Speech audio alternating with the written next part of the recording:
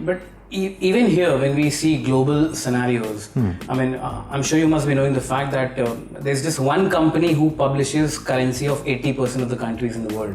And the very fact that they have been granted immunity outside India, they still, in spite of having so many cases against them, have been able to set up a plant in India and Aurangabad. The name of the company is Delaru, and again different ministers and different government comes, they play the blame game, and still this company finds its route through the countries.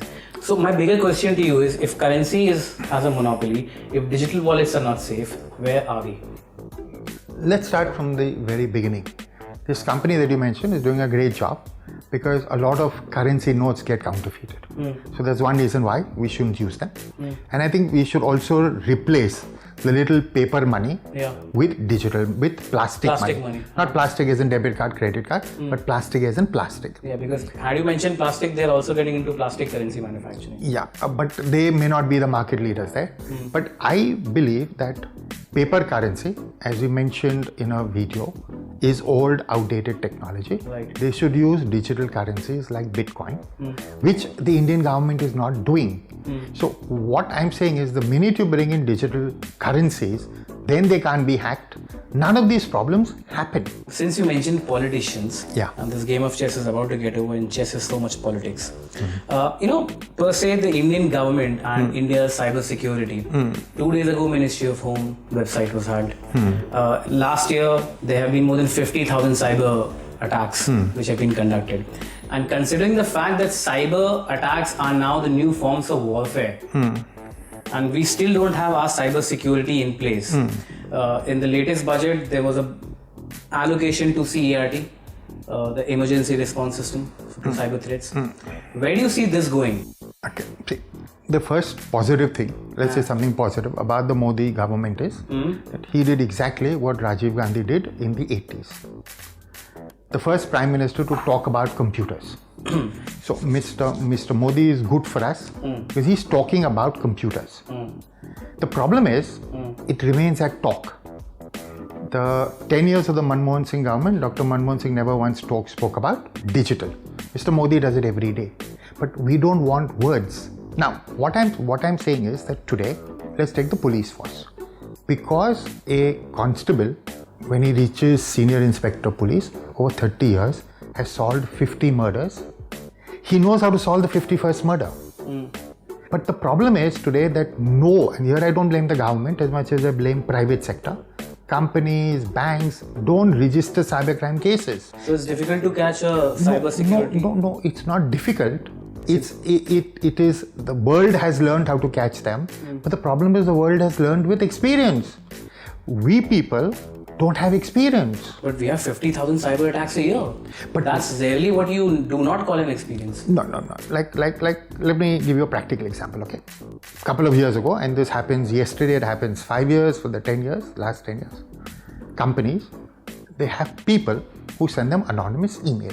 And in one case, a very large company, he got the chairman of the company, everybody knows who he is, got an email advising him on how to run his companies. He got very upset. How can you advise me? And this guy kept sending. Now the company wanted to find out who that person was. They couldn't find because they couldn't lodge a police complaint because then the press would talk about it. The internet service provider, his IP address was there on that email. He says, I am not talking. So today, right, most of the complaints from the corporate sector are what? Can you break the law for us? Because A, giving advice is not a criminal offense, so the police will not investigate. So I get a lot of these cases which I have to say no to because I can't break the law at my age, where they say, we got this guy's email address, can you hack into it? Now the safest way to hack into the email address is to send him a virus by email, so that virus takes over his computer and you know who the guy is. But when you do that, you are breaking the law. So I am saying today, as a cybercrime investigator, my hands are tied. There is absolutely nothing that I can do. If you go by the latest news, there have been hackers who are getting into judiciary records and changing the FIRs registered, changing the records of criminals. I mean, we have reached that stage. And you are saying that investigators' hands are tied. Do you have any date in mind when should we start acting? I went for a very big banking seminar where I was sitting on the dais, and one senior member said, he looked at me and said, I know cybersecurity is important, but the banks have many more important things to worry about. So when senior bankers feel, whatever, you and me wasting time on cybersecurity. So I shouldn't be saying this, but we are asking for it because we have not created a cadre of cybercrime investigators because you don't pay them. And all that we pay them to do is what? You just said, hush work, break the law. One thing which I have realized the past few minutes we have been conversing and playing this game, we have such a huge population. We are 130 crores, 1.3 billion. And because we are so huge, we underestimate threats which are so obvious. Like cyber warfare. I was stunned, कुछ दिन पहले मैंने पढ़ा था कि 1 out of every 6 Indians has somehow or the other once in his lifetime been suffered a cyber attack or a scam, internet scam. You've got these internet scams like click this and you might earn millions. You've got people enticing people that you keep clicking on this website and you'll make crores. What do you think we as individuals should do to avoid getting into such offers, tempting offers? People like you and me, of course, we have had enough of internet so that we know that this is not good, what is good, what is grey and what is not. A person sitting in a small city like Badaयूं or Bijnor, right? Okay, he gets access to internet and he suddenly comes up with a poker game in front of him, which gives him a chance to win millions. Right. So what is the way forward? Is it only education, like you say? Is it psyche, or something can be done, or we are missing something very big? See, for the last 20 years, one has done enough of these internet awareness programs. But then how do you legislate, or how do you look at stupidity? Now, for example, I get an email that says I won $300 million. Now, at that point in time, I'm not going to say this is a scam. I'll say my luck is good. And if someone tells you that this is a scam, the guy says, this guy is jealous of me. So the guy then asks you for 10 lakhs, 20 lakhs, 30 lakhs, and you keep paying. I once remember this old man. He actually got upset with me because he says, you don't like me, that's why you're saying that I was fooled. This is a true thing. So people, when it comes to money, they get fooled, and this is exactly what is happening. So it is more got to do with Indian psyche rather than the technical issue which we are dealing with. Yes. And I don't think any amount of these banks sending you SMSs is going to help. अच्छा, एक बात बताइए, अभी कुछ दिन पहले, last year only, there were 700 attempts of cyber attacks on Indian government sites. It was not only Ministry of Home Affairs. Right. There have been many of them. And we have got one agency, which is NIC, which manages IT network of most of the websites. Now, when you have got one nodal agency and you have got attacks of scale of 700 per annum, which is humongous, if you ask me. तो उसका हम करें क्या मतलब?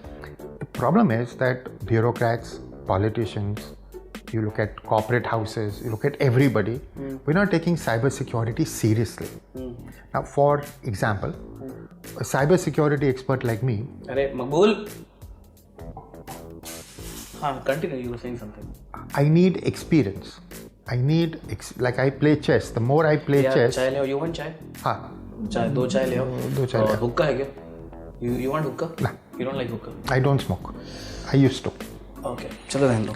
So my problem is that as a people, and I blame everybody here, we have not asked ourselves that if we don't have cybersecurity professionals who have solved real life cases, who've cut their teeth on solving real life cases, how are you going to catch the bad guy? Like, I'll give you an example. Big company, their chartered accountant swindled them using technology of some 22 crores. And in front of me, he's challenging the CEO to file a case, to file a FIR with the police. And he knew the CEO wouldn't, because the next day his stock price would drop by half because it would come front page of the newspapers. Okay, I understand government, private corporations have publicity issues. Yeah. What is wrong with the governments here? If there is an attack on Ministry of Home Affairs, why don't we take it as seriously as an attack on Parliament? See, the fact is it's so deep rooted in our genes. I don't think this will ever change, not in your lifetime, not in my lifetime. So we don't take any of this seriously. So today what's happening is we're going more and more digital. So all our data is now on computers, and unfortunately there is no protection for it. So you were saying when I'll be your age and I'll be sitting at their chair where you are sitting right now. Yes. And I'll be repeating the same answers which you are repeating right now. Yes. And it will continue on and on and on, because at the basic level, right, unless we don't spend money in making sure our police force is cyber literate, we make them cyber literate. We send them for conferences, hacking conferences all over the world. We need to spend money on them. We need to give them the latest computers, the latest mobile phones. They don't have that.